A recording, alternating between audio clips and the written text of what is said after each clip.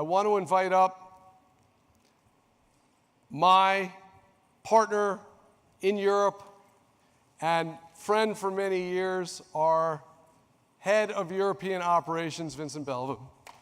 Thank you, Vincent. Thank you.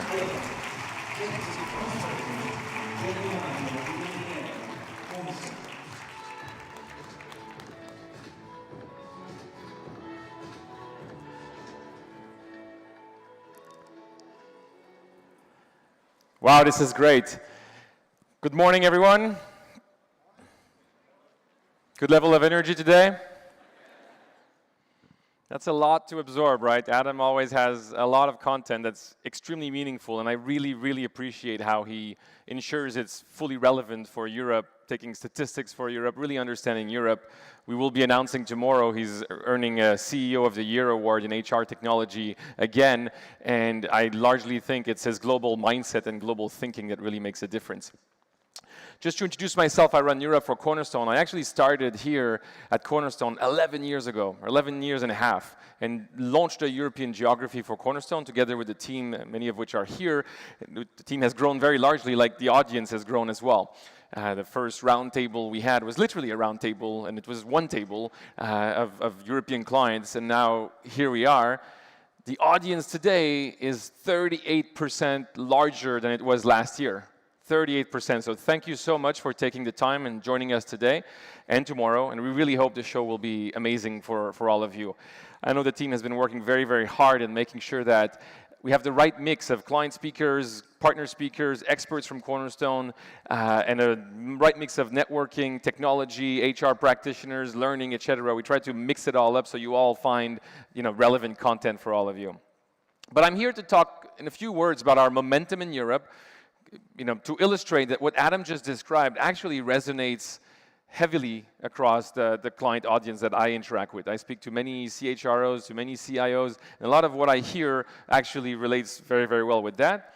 Very soon I'll have clients come on stage and describe that, but let me say a few words about how Cornerstone has grown in Europe. Thanks to you, thanks to the success that you've been able to have, and your support and your partnership over the years. I've been told to wait a few minutes until the animation grows to illustrate the growth that we've been having here. So let's talk about some statistics. We now have more than 10 million users in the EMEA geography. If you look over a period of 3 years, that's 60% growth. So some of you who were clients with us and were in this room before have observed the phenomenal growth there. If you look at from a client-based standpoint, we now have more than 770 clients. That's 23% more than just 1 year ago, so when we had the same conference last year. What I'm very proud of also is the adoption across Europe, across our product base. And I'll talk about adoption by product in a few minutes, but 80% of our clients use 2 or more products, and actually 50% use 3 or more. It's actually more than in the rest of the world for Cornerstone. There's a stronger adoption across the product base here in Europe. And I'll talk about some of the reasons why in a few minutes. But let's double click on some of those specific products. So recruiting has been one of our most successful product introduction. We launched recruiting in 2010. Just 2 years ago, we had 20% penetration across our client base, which is growing very fast. Now it's 30%. So it's 50% increase in penetration across our client base. That's very, very fast growth in this area. And we think, given the skills divide, also given the landscape of HR technology out there, that recruiting will be one area will grow very, very significantly. Learning remains at our core.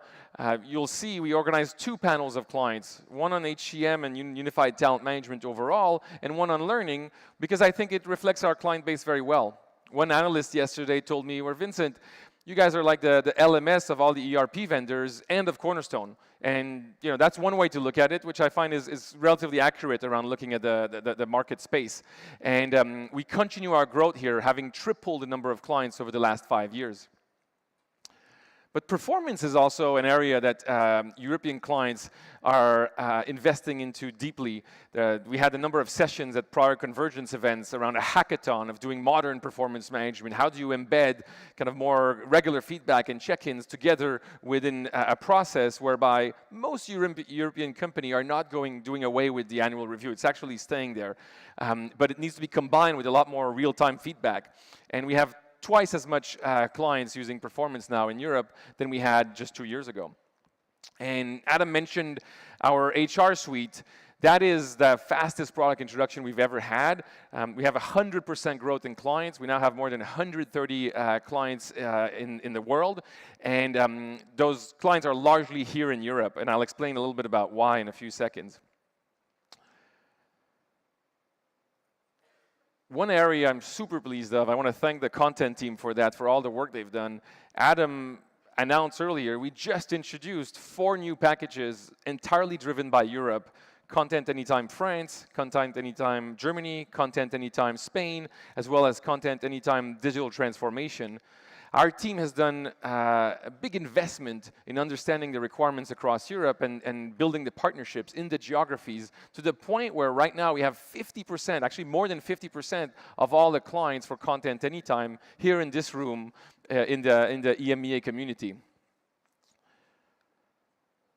So with that, we end in a place where we have physical presence with teams in 16 countries in EMEA, and then we leverage a network of more than 10 reseller partners in various geographies where we are not present physically, such as South Africa or Middle East, in Eastern Europe as well, etc.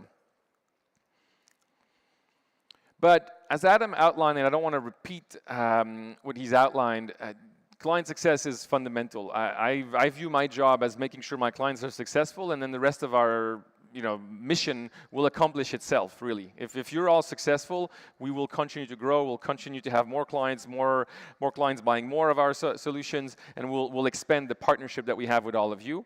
And we've been investing in client success in many areas. One of them has been building the client success team, so there's the CSM teams. Many of you work with CSMs, client success managers, and we continue to hire in this area.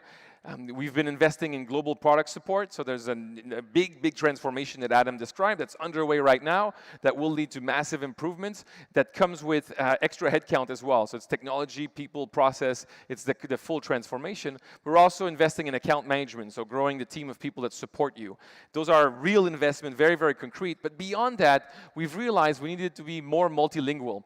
We had, a number of the people here are from the UK, so that may be less of an issue for yourselves, but we had a lot of our events, our programs that we were running in English, and we've multiplied, of course, the sessions we do, like office hours that we've introduced to support our clients in English, but we've massively multiplied those done in Italian, in Spanish, in German, in French, to make sure that we really get to the audience and those specific administrators and business process owners who need the support in local language. And we'll keep expanding on that. Same with the notion of Success Live. If you're familiar with the Success Live sessions, I strongly encourage you to join them. They're focused on a specific topic in each geography. We've multiplied by 4 those done in multilingual clients, in multilingual settings. When I joined, my big thing was to convince Adam to open a data center in Europe. That was a really, really big thing to do, super, super expensive. We were a tiny startup back then, and Adam believed in the mission and said, yeah, we're going to do it, and we went ahead and did it. Over the last year, we've invested thousands of hours to do something that allows us to respond to the preoccupations that many of your IT departments have, and many of your executives actually have, which was to launch our data centers in continental Europe as well. So we now have data centers in Paris and in London, in addition, and in Frankfurt, in addition to our historical data center in London.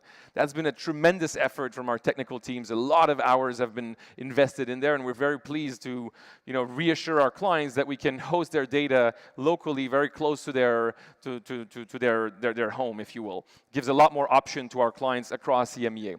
And we've already seen a number of clients, new clients, select those data centers, or existing clients ask for migrations to be scheduled, sometimes in a timeline that's aligned with Brexit as well. There's been a big focus on GDPR. over the last year. We've invested significantly. Some of you might know, someone that used to be in my team, Jose Rodriguez, is now actually reporting to our Chief Counsel Officer globally. So Jose Rodriguez is based in France, and he has a team of experts who assist our clients in navigating through the not so simple kind of legal system around the GDPR. It's not that simple. And we've invested in functionality. We've made sure that our data centers, of course, meet those requirements. We've invested in people, and we spend a lot of time with user groups and other dimensions, working with our clients to make sure they are compliant. We think we have unique expertise in this area. I encourage you to walk out and meet them during the breaks.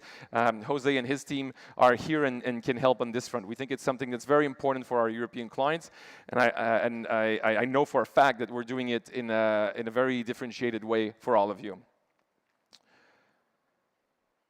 But really, when working with us, of course, client experience is pivotal. Of course, you want us to be compliant and have the best-in-class capabilities, but you're really, really interested in what's in the product.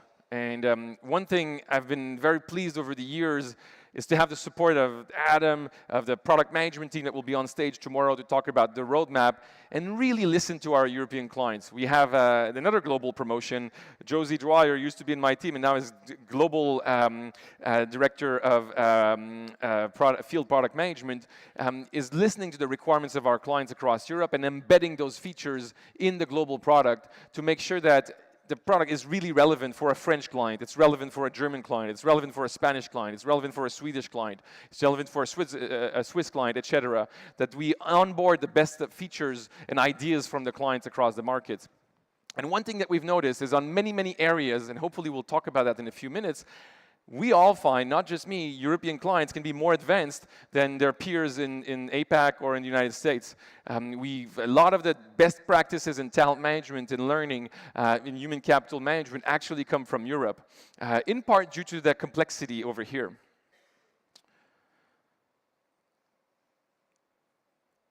So with our growth, with our transformation, we've realized that we can't do everything ourselves, and over time we've built up our alliance network, and I just want to give a shout out to all our partners.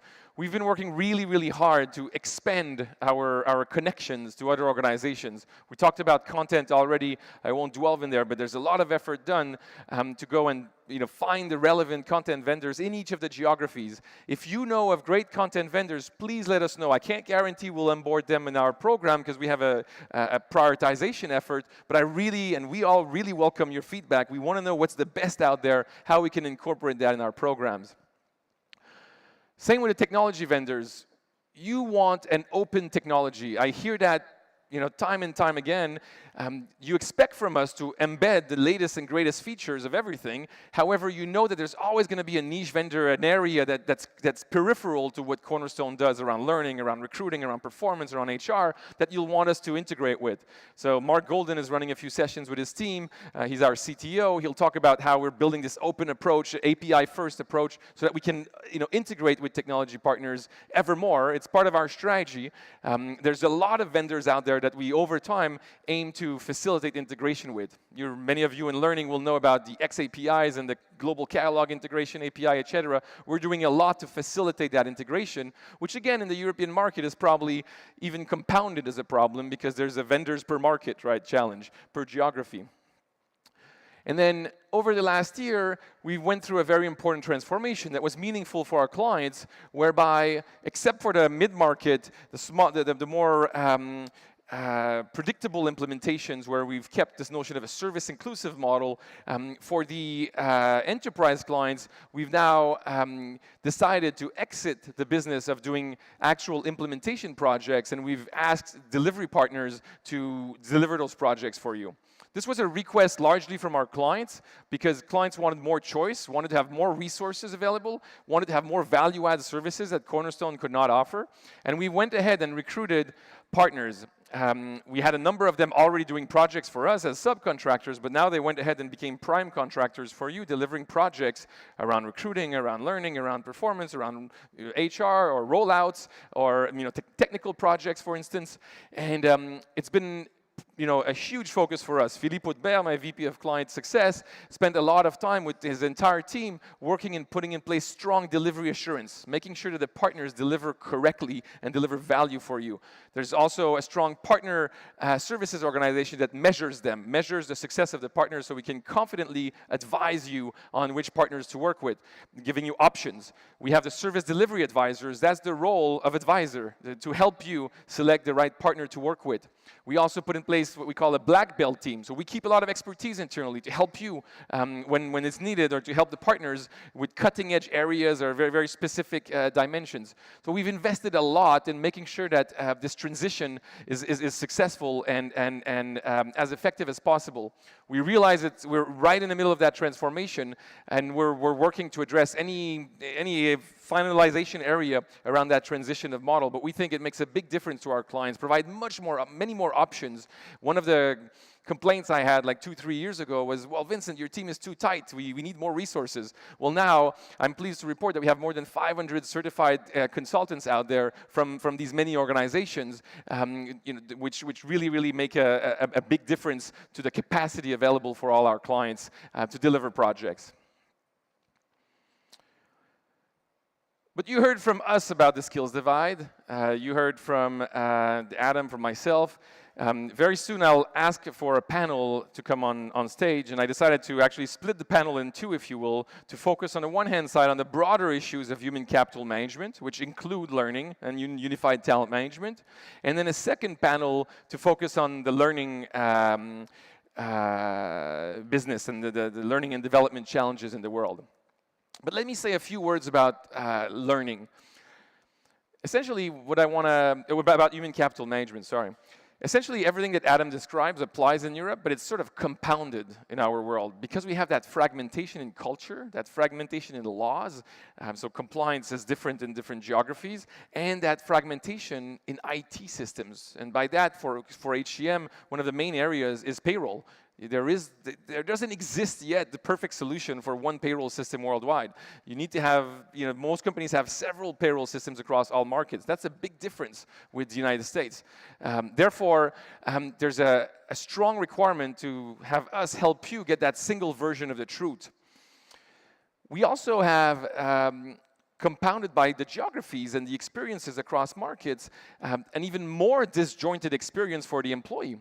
Because, again, there's multiple systems per geography sometimes, and one of the requests, one way to impact the employee experience is really to have one unified talent experience. Many of my clients tell me that's pragmatic, that I can touch, I can make a difference very fast, and that I can unify across the geographies. And digital transformation, I guess it's a topic for every company in the world, but in Europe, it's top of mind of every executive we talk to. I've discussed this with my peers in the US. It's not necessarily as much of the top topic in their conversations when they discuss it. Whilst in Europe, every single meeting I have talks about some form of digital transformation taking place. And the transformation agenda comes with a really strong sense of urgency.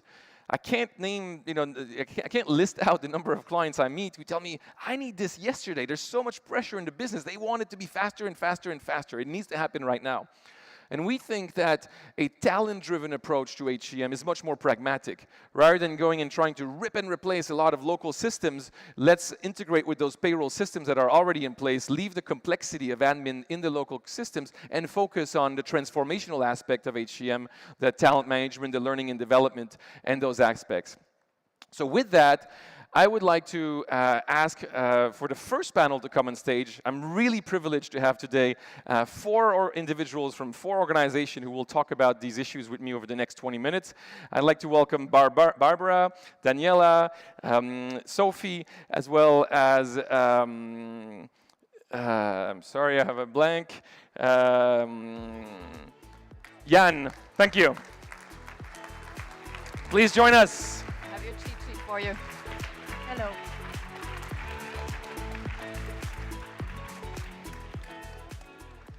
Thank you so much.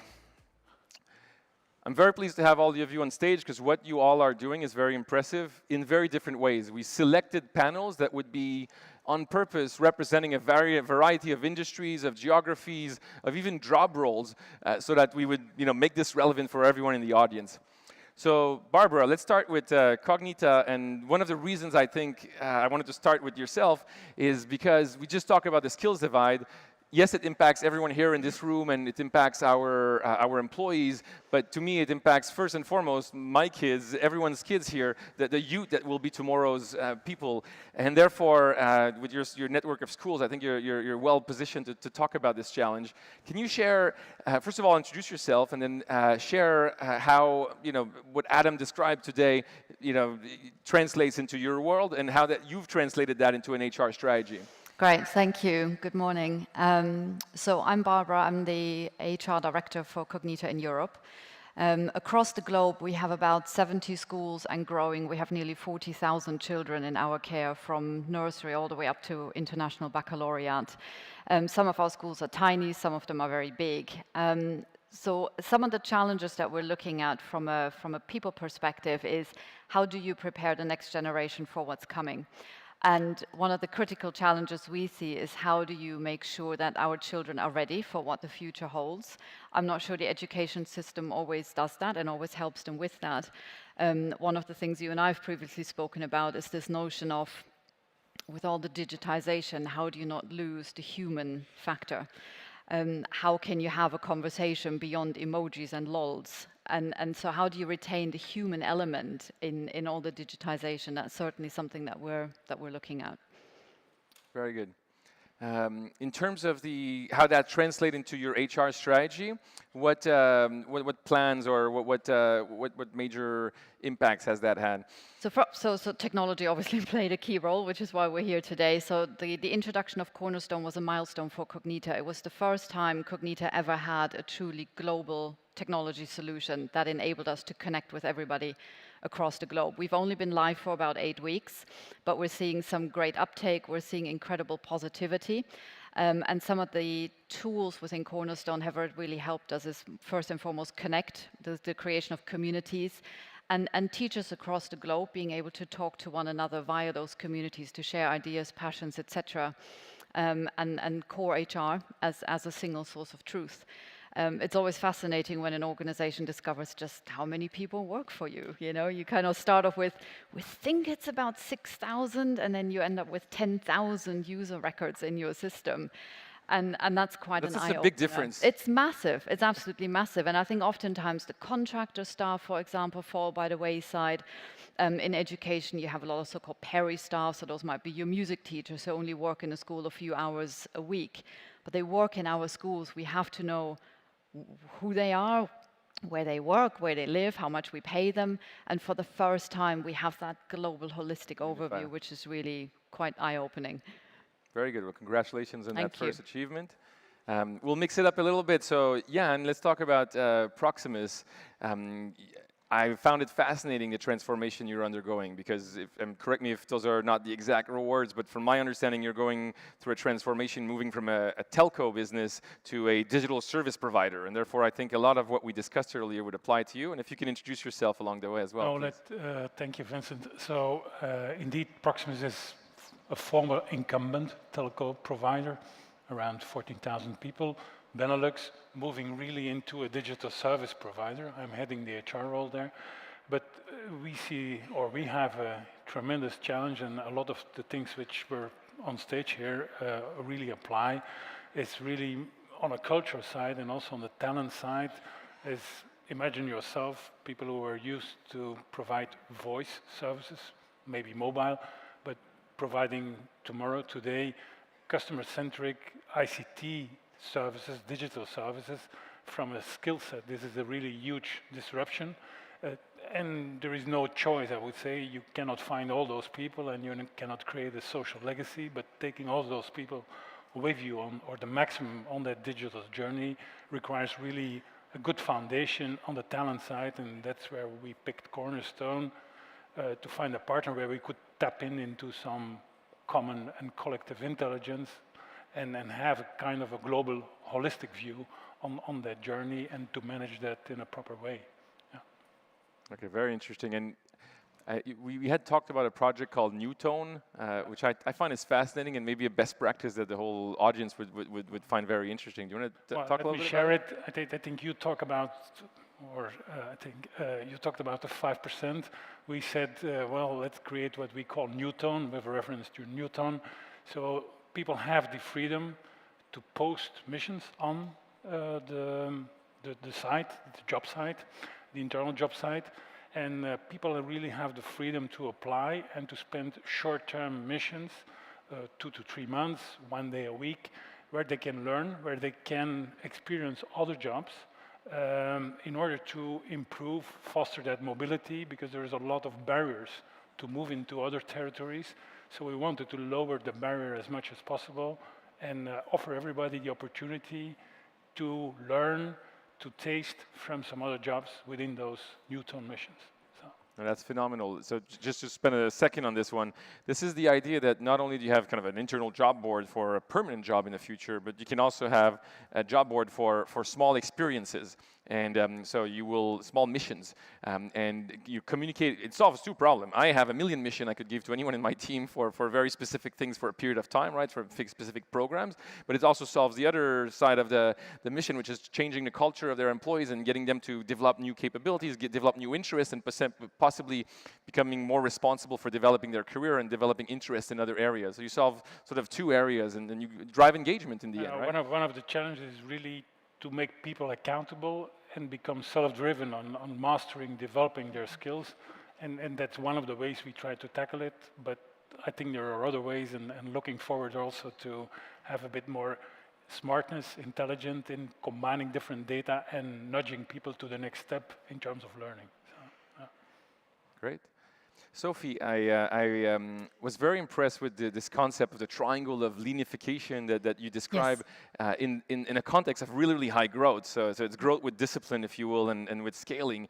Can you describe, first of all, introduce yourself and describe how what we've described today or discussed today impacts your organization as well, and how that translated into your HR strategies? Indeed. So we are a company, a microelectronic company across the globe. We are more or less 1,500 people today, and let's say in the last 5 years we have been growing more or less 20% each year.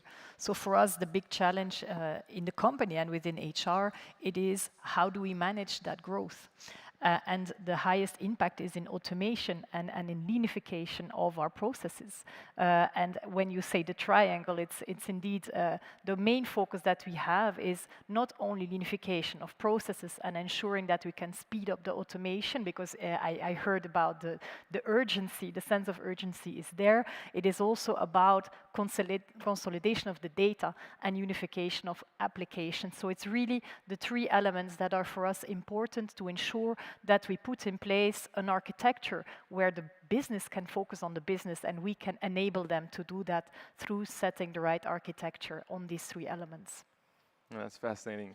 And Daniela, if you can also introduce yourself in a second and describe how at Coca-Cola Hellenic, a very, very fast-growing bottling company, I think you're top 3 in the world, right, in terms of Coca-Cola bottling companies, how the HR mission has been impacted by the changes we just described, and how that's turned into your strategy. Indeed, Vincent, Coca-Cola HBC is one of the largest Coca-Cola bottlers in the world. We operate across 28 countries on 3 continents. And one thing, as 30,000 employees, we're extremely proud that Dow Jones Sustainability Indexes have recognized us for global beverage leadership in sustainability. So where the story starts for us, in fact, we all remember the period of unprecedented turmoil in Europe between 2009 and 2015, where we as a company needed to prove the commitment and the strength of our employees. In 2015, we started rewriting our growth story. We started growing again. And we knew that we need to approach it differently. A growth story requires a growth mindset, and it needs to invite growth behaviors. And this is when we started, writing and preparing our growth story case for technology, because it has been identified as a major enabler. In 2016, we went about decision, and we purchased the full suite of Cornerstone, preparing an aggressive 12-month deployment of the modules we have purchased. Our first baby arrived in April last year with the talent acquisition module. What is important for us? We're not just looking to replace, to upgrade our technology platform. What the business have requested from the HR function, and speed and a different quality output. 3 things were on the agenda. How we enable our business people, sales developers, managers, spend more time on the market. How do we enable highly performing teams, achieving results faster and grabbing business opportunity quicker? And finally, how do we ensure talent growth in a sustainable way? Difficult task. And I believe we did the right choice. Today, we could say that technology is not only about digitalizing or automating. It is also about inviting mindset and creating space for behaviors which is much beyond productivity improvement. I could speak about probably 3 main value drivers we can share today with you and your clients in the area of digital recruitment through Cornerstone. It created a collaboration space for all the personas impacted, starting from the applicant, a major experience improvement through the deeper LinkedIn integration, very important. Going to the recruiter. As part of the HR transformation, we functionalized our resources. Yeah, you created centers of excellence, if I recall, right? Centers of expertise, and it was very important at the very beginning of the transition journey for the recruiters and the sourcers to give them a tool which will enable them to serve their constituencies, whether it's a recruiting manager or it's an applicant in different parts of the world 24/7. So this is very important to have one integrated collaboration space when all those people are meeting seamlessly. It was important also to provide a tool to the business partners and the talent managers, along with the compensation managers, to participate in the process. A major improvement for us was the managers recruitment dashboard, where on one screen, in a real time, you can present and share dynamic information on all recruitment requisitions. Right. Okay. So the journey, it's a journey. We have just started. We're very early learners in this journey, and we hope to evolve more. Well, thank you, Daniela. It's very impressive. Coming back to you, Barbara, from a sort of tips for the audience and how you've leveraged technology and pragmatically put in place change in your organization and what's coming as well. Can you elaborate a little bit? Sure. I think pragmatic is the really critical word. So when I took over the Cornerstone project at Cognita, it's a global project, but we're driving it from Europe. The first thing we found is that the core HR module was going to be implemented with about 279 custom fields for every single employee. And we just found the risk management around that alone was too big. So we stripped it right back. We took a much more down-to-earth approach. So rather than addressing everybody's wish list, we said, how do we strip it back? Not quite to minimum viable product, but something that's much more manageable in the first instance. So we went live with about 40 custom fields per person, which gives us a great source of data. We also implemented Learner Home, Connect, and Performance Management. And for us, as a bundle, that works quite well. I'm a second-time Cornerstone client, so in the last organization, we pretty much implemented the same bundle, and I find that works incredibly well. Cognita is in the education business. We're not necessarily a learning organization ourselves, and I think part of what we're trying to do now with relevant learning content focusing on the teachers, but also learning content on well-being, growth mindset, leadership development, is creating a different space for our teachers, but also for our employees across the globe. Right, I remember you mentioned communities being a big deal in your The communities are organization. critical, so we have a couple of really engaging communities that we've kicked off. One is called Christmas Around the World. So on one day next month, we're going to engage our classrooms across the globe to say, send each other e-cards and let's post them on the communities. We're also looking at a community called Cognita Calling later this month, and the idea is let's have live Skype links across the globe so our students in Hong Kong can talk to their peers somewhere in London. So there's some really engaging things that we're looking at. Performance management is another one that we stripped right back. And I think there was a desire to replicate the paper version online. And I sort of That's a challenged mistake, some of those yeah, assumptions it's a because great that best practice. doesn't work. And coming soon are the applicant tracking and onboarding, the partnership with eDays on absence management, and then phase 3, we're going to look at compensation and talent. We're just not quite ready for it yet. We need to put a couple of more foundation stones in place before we can do that. Great. Well, phenomenal story, Barbara. Sophie, in your environment, we understood your strategy earlier. How does that translate into kind of a technological rollout? How you're leveraging technology to put it in place? Yeah, I think the two main elements I would like to put forward here is our efforts in acquisition. We heard a lot about the skills divide, and I think it applies also for a company like Melexis, where we are looking for a very niche profiles, very high-skilled people. There, I think the technology enabled us to be present through global approach and a mobile approach, which was added on since last year. I think this is an important achievement.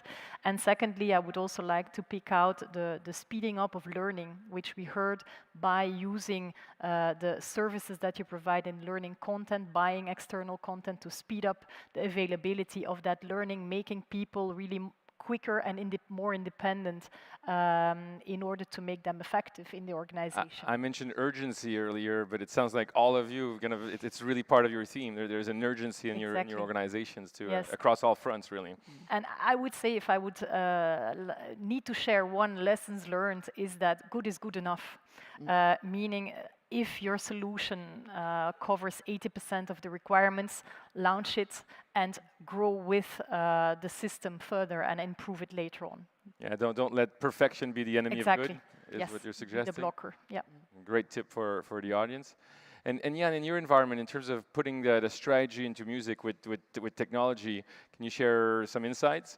I think overall as a company we said, well, our big team is shift to digital, a lot of our interactions with customers and so on, but in a really customer-centric way around customer journeys.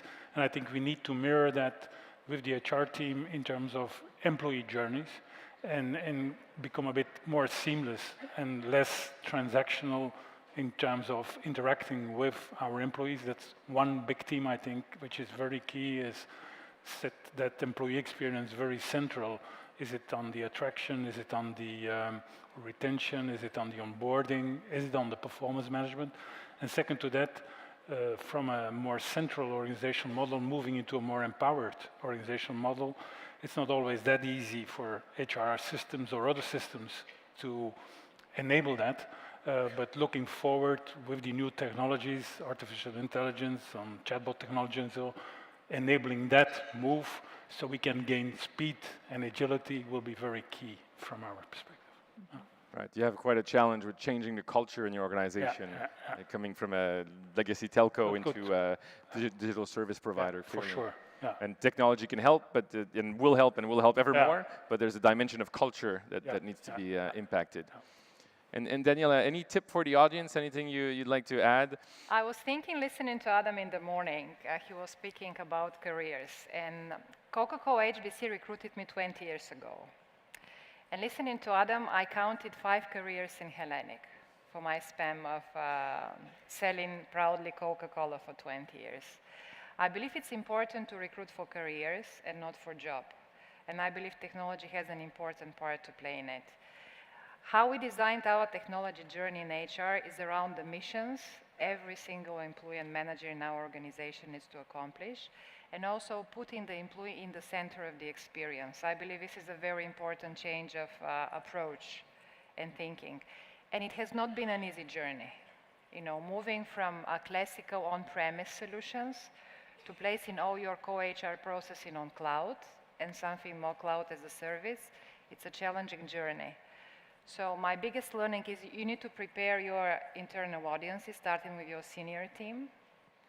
You need to prepare a very strong change and communication plan, which would be an integral part of your deployment. And Yeah, we always say at the start of the project, we'll do big change, big communication, but then we're very busy and then we don't do as much. Internally within Cornerstone, we do that sometimes, right? So that's always a key success Yes. factor that can't be left aside. It needs to be central to the program. And there is also one very important learning, and this is where we are trying to really prepare plans for the future. We have learned there is not a single system which will give you everything, which will give you every single internal customer preference and something more. The challenging external audiences, whether it's an applicant, whether it's an investor, how you shape your presence in the digital world externally. So there is not going to be a single vendor that will meet all of your requirements. That's why we're more trying to establish an ecosystem of our digital architecture in HR. And I would say it's not HR. We're not trying to limit HR, but the overall collaboration. Yes, And we're very aligned with that vision of an ecosystem. We feel we want to build as much of the capability within Cornerstone, but there's always new capabilities, new areas around, and we believe in that importance of opening up to the various complementary applications or systems or ecosystem partners that can be part of that that wider ecosystem. And what we do, Cornerstone, is that through the edge collaboration space, you have provided us with an opportunity to access partners and provide us with services, sometimes very niche, sometimes very fast growing. And at this current stage, we're looking 2 to 3 partners to integrate with our core system, Cornerstone being in the center of it. Right. So I believe this is a learning. I do believe the big word for the future is integration. Mm-hmm. And we believe at this stage, Cornerstone as a partner is offering and placing this opportunity for us on the table. Mm-hmm. Well, thank you very much. I'd like a huge round of applause for our phenomenal panel. Thank you very much.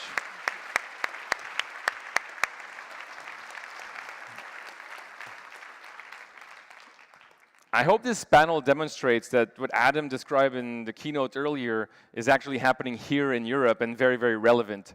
I will talk a little bit about learning for a few minutes in Europe. So how learning has some nuances that are more specific in Europe. Again, I talked about how the digital transformation is very topical here in Europe and a top priority of the executive agenda. And we find that if there's one lever to make it happen, culture being the main barrier. We did a study with IDC earlier this year, and it's the 3rd year in a row where it concluded that the main barrier to digital transformation is actually culture. And I think the main lever to change culture, there's many others, right? You need executive buy-in, you need communications, you need to create the culture in your business, but one of the main lever is actually learning. A unified learning solution for all of your employees within your business, including your external partners that are involved in delivering your business, so your extended enterprise, makes a huge difference to actually change the culture. And I think that's even more relevant in the European geography. The other piece, and Adam referred to that a little bit, is a proliferation of content. There's more and more content offerings out there. Whether you go on the websites, whether you go through third parties, there's just really, really good content to learn about. There's so much stuff that you need to know to do your job, and it's everywhere. But in Europe, it's even worse because it's compounded by a number of languages, by geographies. And it's compounded also, before I get there, so the answer to that, in our view, is that notion of multilingual curated content, and also the notion of allowing you very powerful search to go and tag all the content in the world used from all our clients around the world and make it available, make you aware that this content is viewed as very relevant by other clients around the world. So we're using machine learning to do that. There's much more coming on that front. But also, the problem is compounded by the different styles in Europe. Go at a learning event in France, in Germany, in Spain, in Italy, in the Nordics, and in the UK, and look at the topics people talk about. 70% of the topics are the same things we're talking about in general, right, skills economy, etc. But 30% of the topics are very, very specific to that market. There are very unique dimensions around how people have learned to learn there, how the government has had impact on how people should learn or they would like the people to learn. There's just a lot of impact of local culture, and it creates different learning styles. And therefore, we really need, and that's what our clients are telling us, and we think we're even more relevant in that context, sort of a holistic learning solution that provides every kind of learning, whether it's mobile, face-to-face, whether it's social, whether it's any other kind of learning video, together with very personalized recommendation. So we're continually investing in our algorithms to make them more and more relevant and make the training recommendations ever more personalized. So we think that those three dimensions really are more specific to Europe and therefore make our solutions even more relevant to European clients. But rather than hearing it from myself and from Adam, we'd like to discuss the topics of learning with our client panel. I'm very pleased to welcome on stage our next panel, the learning panel this time, with Jean-Christophe, Celia, as well as Bart, please. Please join us on stage.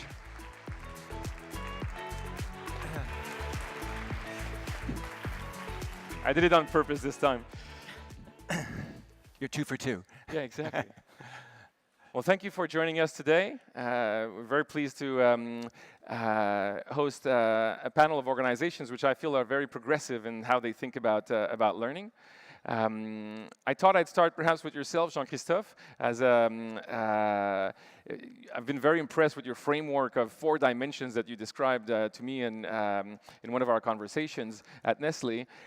Well, first and foremost, can you introduce yourself, perhaps talk about how the discussions we've had so far resonate in the context of the group of Nestlé, and then describe your strategy around learning.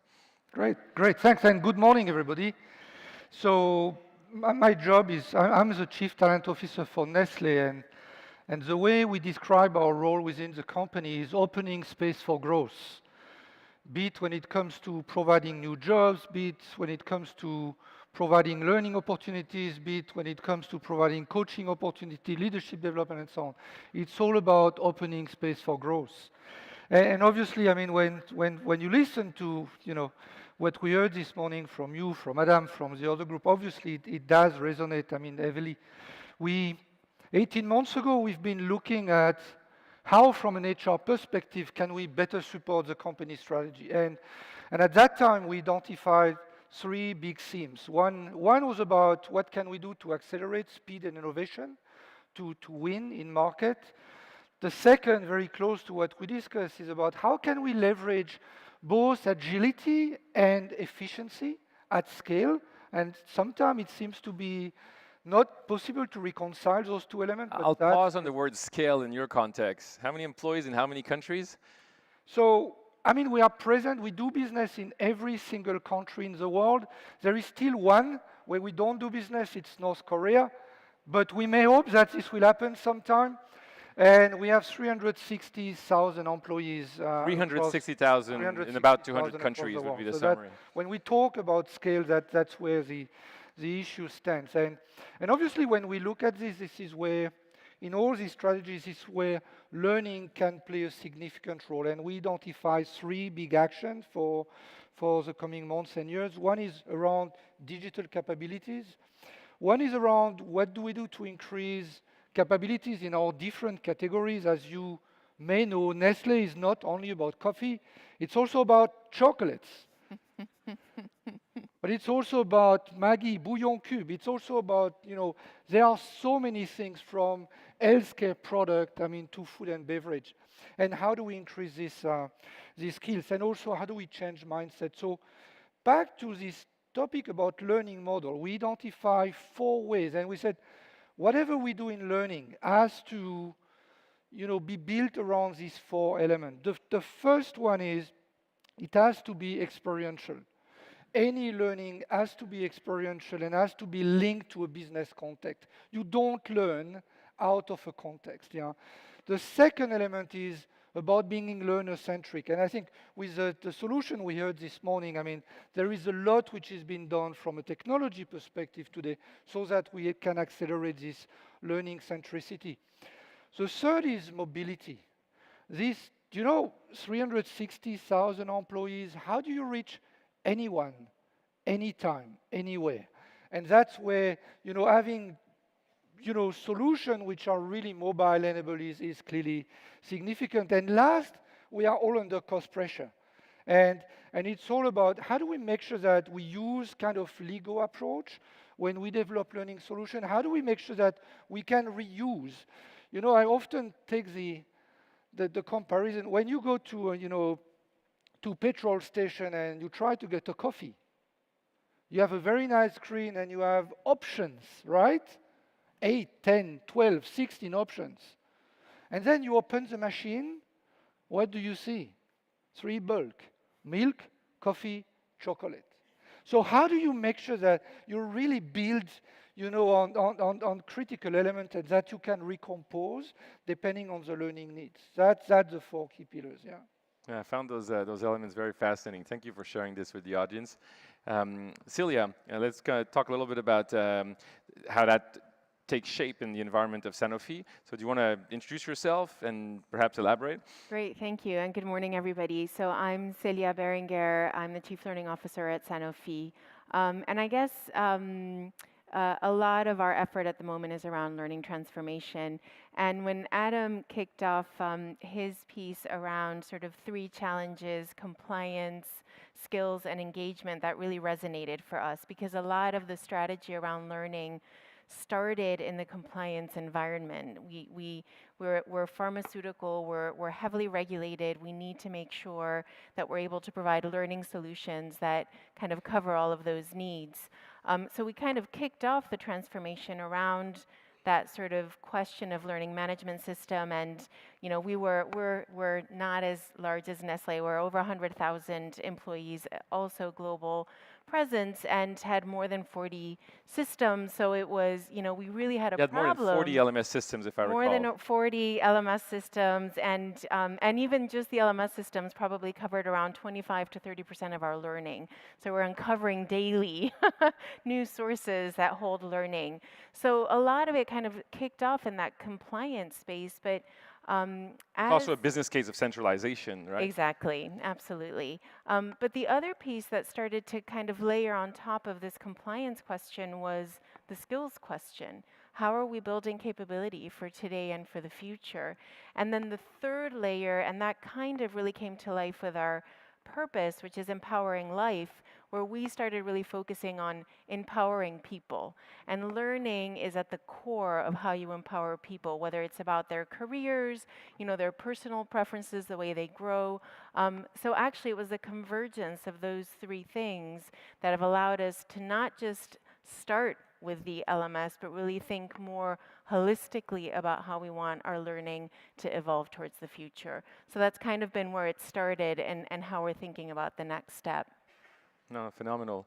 And Bart, in your environment, obviously Saint-Gobain is also a very large organization with very different businesses, and you've been spearheading the digital learning mission there. Can you elaborate a little bit on how that resonates in your organization and your learning strategies at Saint-Gobain? Sure. So my name is Bart Schutt, and I'm the digital director. I'm the Director of Digital Learning at Saint-Gobain. Saint-Gobain is a provider of products and solutions in the construction and industrial sectors business. My background is IT, so I spent 22 years doing new technology consulting before joining Saint-Gobain in 2003. And I joined them in the IT organization, and it was in 2011 that they asked me to take on this role within learning. So I came in not knowing anything about L&D or learning, and together with my colleague Charlène Bernot, we looked at what we were doing and, more importantly, where we thought we ought to be going. And it was a time when we were seeing an explosion in content, lots of new modalities and formats for learning. And so we put together a plan for how we wanted to, our vision for where we thought learning was going to go. But fundamental to that was we were at that time largely an order-taking business. We were taking orders for classroom learning, we were taking orders for digital learning. And what I was saying to my boss was, we can have the best catalog in the world, but if people don't have a culture of learning, then we're not going to achieve any business change. And so the big thing that we had to achieve was to create this culture of digital learning. And we've done a number of things in that area. That problem we perceived back in 2011, and I think Adam touched on it today, it's become far more compelling and important today than it was before, especially around digital transformation. I have on my wall a list of 15 topics that are important to our businesses. Hard topics like robotics and Industry 4.0 and AI, softer topics such as agility, customer focus, and things like that. But these are critical topics, and I need to enable learning in all of them for 3 key segments of our population. Those people who are experts, who want to either maintain their expertise or develop initial expertise. General managers who need to understand what these digital transformation topics can, what the fundamentals of them are, but also how they can be used to transform their business, because they have to decide, well, am I going to invest in artificial intelligence, or am I going to invest in customer focus? So we need to be sharing examples of what's working and what's not working. And then I have the general population of people who are just interested in these different topics. And as you said, we are a very diverse organization, 180,000 employees. We were created 353 years ago, so a very strong culture. And so there are very few solutions that apply to everybody. And so what I need is to create a pull capability within the organization where people understand why they need to learn in the way that Adam was describing, know how to learn, and that our LMS is sort of the key piece for kicking off that whole learning journey. And I remember that some clients in the audience, I hope all of you have turned on by now the learning experience platform and the learning system, but I know that some clients were saying, well, we want to go step by step, division by division. You chose a different approach. Yeah, we did. This is sort of, I guess, in the culture that Charlotte and I have, which is, take no prisoners, go quickly. We saw Learner Home, and we said, this is excellent. This is what we want. The customer experience is fundamental. And we just immediately said, well, we're going to go big bang. I think we did it about a year ago in December. But what we did was we created a 10-minute video that introduced, it was really a relaunch of the platform for us. It was an opportunity to really remind people of what our LMS could do. And so we created this 10-minute video demonstrating all of the features. It was very succinct, even though 10 minutes. And then we translated into something like 17 different languages. And then it was all launched on one day. The feedback was fantastic. People loved it. And of course, by doing Big Bang, everybody was now talking about the same thing at the same time. It was very successful. And I recall that you also flagged that, to me, when we introduced playlists, I didn't fully realize the implication business-wise this had. And I think for you, you see a lot of potential and success on the playlist front. Absolutely.